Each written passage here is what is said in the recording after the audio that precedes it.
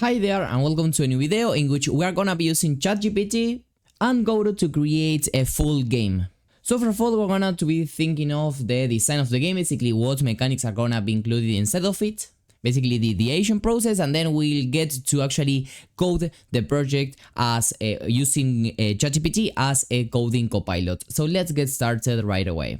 So of course, one of the main things that we have to take into account when we want to create our game is firstly the game idea. This is usually outlined in what is called a GDD, or basically a game design document. You can find lots of templates out there on the internet, but it's exactly that, a description of what the game's gonna be about. So with ChatGPT, let's try to create something like this. So I've just written a prompt, something like this. I want to create a simple game in the Godot engine. I want you to help me create a simple GDD or game design document, outline a clear win and lose condition, which is basically the core loop of the game. This is like something that is super key in any game design document. And also the input, basically how is the player gonna be moving, and any other thing I may need. The game must be just a prototype, something that can be easily and rapidly created, okay? Of course, if you have more idea on what exactly you want to create, I really recommend that you describe it more. And with this, in literally a matter of a few seconds, we now have a complete GDD, okay? The good thing is that you can continue to ask ChatGPT more stuff, just, okay, I don't like the game title, suggest 5 more, or I don't like the core gameplay loop, and it's gonna be able to modify it. So basically, first we have a game overview. So here it says it's a prototype where the player controls a box that must dodge falling obstacles. The goal is to survive for as long as possible. So maybe with this, what I am imagining is, okay, let's say that this is the viewport. Okay, this is just gonna be a super quick mockup. Okay, and maybe we are some kind of box, a ChatGPT told us. So let's actually manually draw it. So here, this would be basically the player. I'm gonna write there a P of player, and then there are gonna be some obstacles. Okay, let's just represent these obstacles as with circles, and let's say that these are gonna be our obstacles. Okay, so this is what I have on my mind, what the game would look like with just that line. Here we have the core gameplay loop. So the player moves left and right to dodge falling obstacles. Obstacles fall from top of the screen. If the player gets hit by an obstacle, the game ends, and the longer you survive, the higher you score. So here you have the win and lose conditions. The lose condition, okay, colliding with a falling obstacle, and to win there is actually no win condition because it's an infinite game. Or here we also have a suggestion such as, okay, for example, if you want to create indeed a win condition, let's say that if you have survived for, let's say, 100 seconds, then you have won. Then for the input, here we have like a map of what we can use. And we have some instructions on exactly how to create the different game entities or nodes, or exactly over here on the scene structure. Also, not only all this, but also we have suggestions on the basic system. So for example, we're gonna be needing a spawner for spawning our obstacles at random X position, basically horizontally. We're gonna be needing a system to handle our collisions, and also maybe a score system. So as you can see, it's a pretty complete document. The good thing is that once again, ChatGPT is gonna take all this into account for this chat. So let's say that we don't like something and we can iterate on that. So let's say that, for example, we want to add a third game entity. We would be able to tell ChatGPT, okay, I add a third game entity that is an X, okay, that is something, okay, for example. So you're gonna be able to iterate on all this. So once that we have a clear idea on what we want to create, we can now jump inside of Godot and start creating it. Of course, here we do have a pretty clear path to follow. It's telling us, okay, create a spawner of obstacles, then handle collisions, then create a score system, for example, and we even have a scene structure, okay? So let's actually start creating this step by step. So let's tell ChatGPT to create our player scene and script and everything. So here I've asked it to create a player scene and script. So here we have the scene setup that I'm gonna be following with this exact node structure. Which, as you can see, is pretty correct because it's just adding an area and as a child of it, a collision shape and a sprite to this. So it's pretty correct. Let's also rename this to player. And let's save it into a new scenes folder. Here's also giving us some size examples and also what we can use for the sprite. In this case, for the sprite of the player, let's directly use the Godot icon and let's assign a corresponding collision shape. Let's in this case make it just a rectangle. And let me also rearrange my nodes exactly like that. Then here we have the steps to attach the script and the exact code that we may need to use. So let me actually do this with you. So let's create a new scripts folder. And I will open it up, and over here I am. Let me directly copy the code, paste it over here, and here we have it, okay? If you have this problem that you don't see the indentations of the code, just press Ctrl S and Godot will automatically put those indentations for you. And now if we run the player scene, as you can see, indeed, ChatGPT has been able to generate a good code. Even it has screen bound, so as you can see, I can't exit the screen. So indeed, pretty good logic.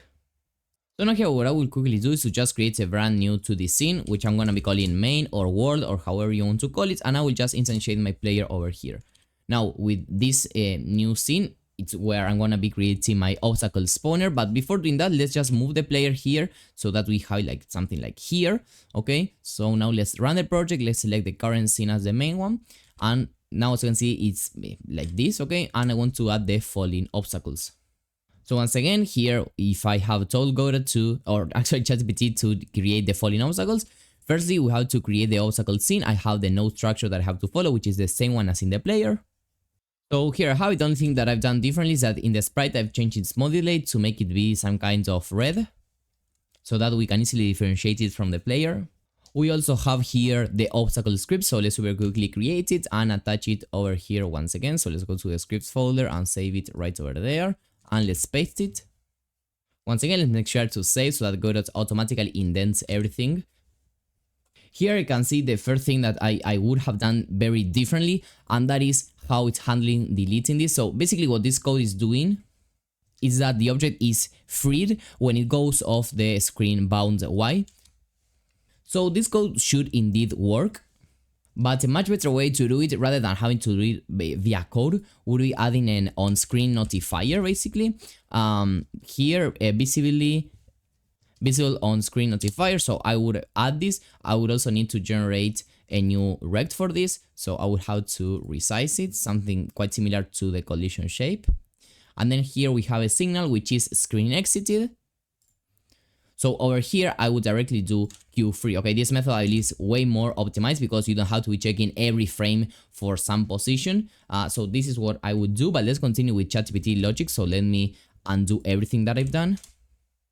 So you can see that indeed this code would work. If I now execute this, what is gonna happen is that the obstacle is just gonna fall down, and once it exits the screen, it is just gonna get deleted. Also, we have a problem there that it got deleted even when we were even able to see it. So here I'm gonna tell ChatGPT exactly that. So here it's telling us to change the process Zelda function from this to this, and here it is, I believe, what is gonna be working fine, or we have to actually test it out, because what it's doing here is also adding like a margin, okay, a 32 unit margin, okay. So now we shouldn't be having that problem, or maybe we have to increase a little bit that margin. So let's run the obstacle scene and let's see what we end up having. Okay, but we may need to increase this a little bit more, maybe 100 units. And there it is, okay, and it is deleted because if I go to a remote tab, as you can see now, I have no nodes.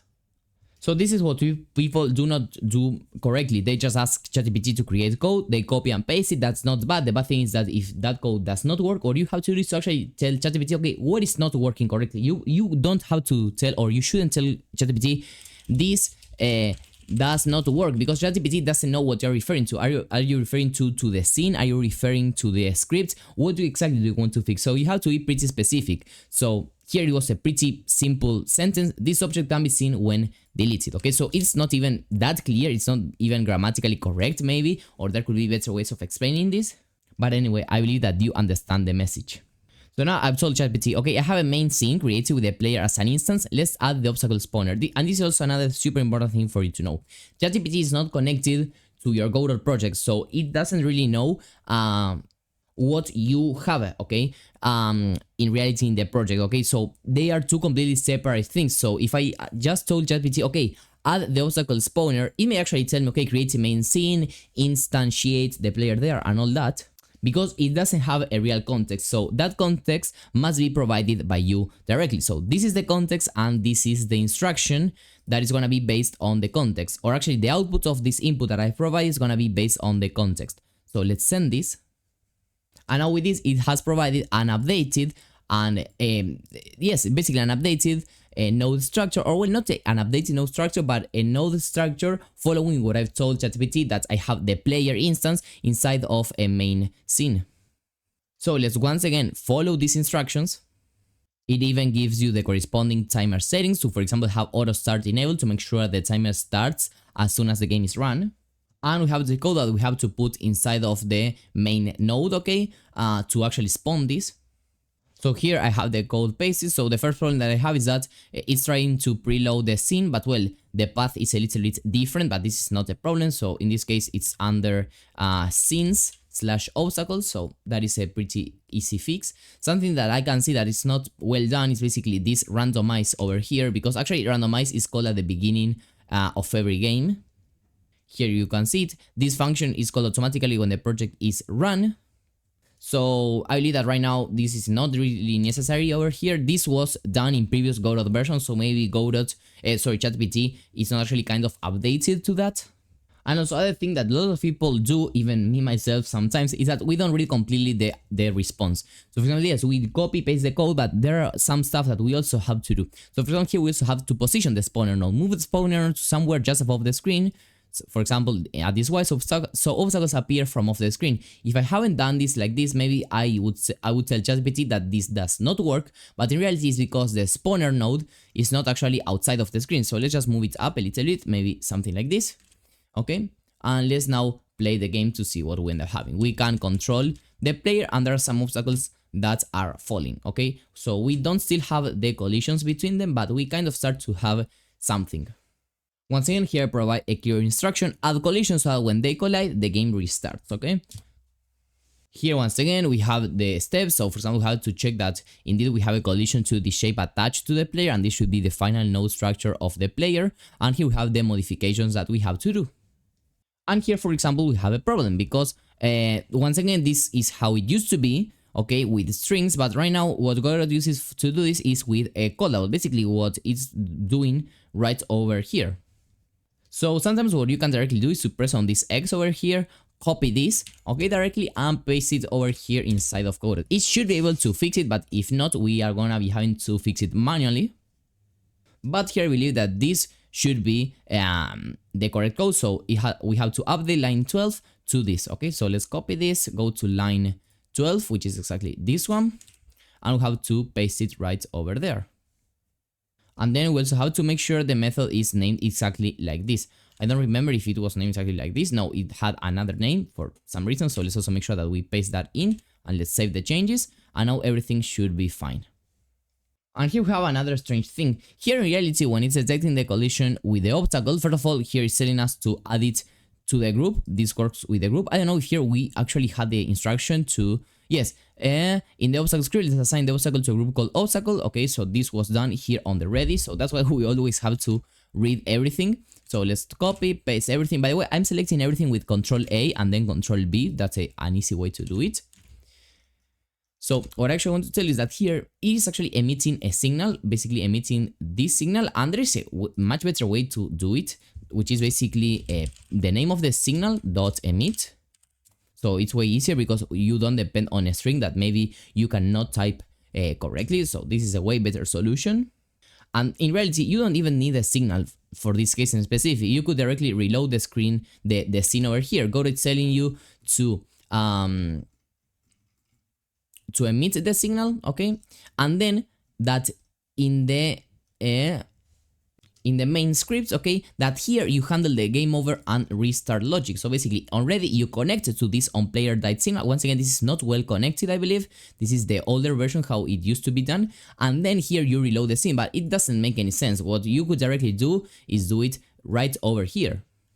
But anyway, let's copy this code, go to the main script, press Control A, Control V, and there we have it. Then once again, randomize, we don't really need it. We have to fix this thing of the obstacle. There we go. This is not well connected.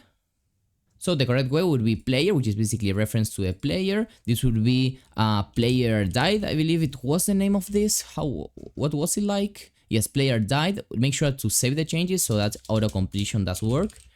Player died. Well, for some reason it doesn't pop up, but I believe because the player does not have a class name. But anyway, dot connect, and here we basically connect to the on player died function. Okay, exactly like this. Or we could even do it via the inspector. Basically, we could go here to the player node, player died and connected to the main scene, okay, but it's not really necessary.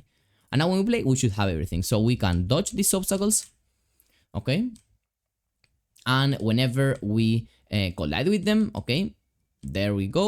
The game should be reset, but in this case, it's not working correctly. So let's see what is going on. And also they are not deleted correctly, but this is because we have to increase the margins a little bit. And this is because it hasn't used the correct signal, because it shouldn't be on body enter. It should actually be area entered. Because this is the function that actually detects collision with an area. A body is a rigid body, a character body, those things, not an area. So we have to modify. Of course, you could tell ChatGPT, okay, fix this, fix the other thing, but I believe it's just easier like this. So let's do area entered over here, and instead of calling it on body enter, let's call it on area entered, and like this, it should now work. So let's try to collide with some obstacle, and it should get reset. So this is perfect. Okay, there we go. We do have here a warning here telling us that we have to use a call deferred here. So get3.call deferred, and here with a string we put the method name, so reload current scene, and now everything should be clean and working perfectly fine. So let's try it once again. There we go. No warnings, no errors. Okay, and well, we have kind of a game. Once again, the good thing is that you can kind of update the logic all the time and tell ChatGPT, okay, yes, everything's working smoothly. I have updated these scripts, and you paste those scripts so that it has the latest information on your project. That is the bad thing, because they are two tools that are completely disconnected from each other. That's why we had the problem that we also had to increase the margins of the obstacles like 2 times, because ChatGPT didn't have that information that we have updated the script.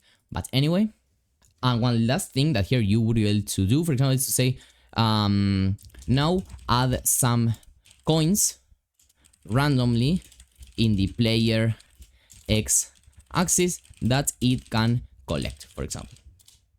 The grammar doesn't have to be perfect. ChatGPT is gonna be able to interpret it.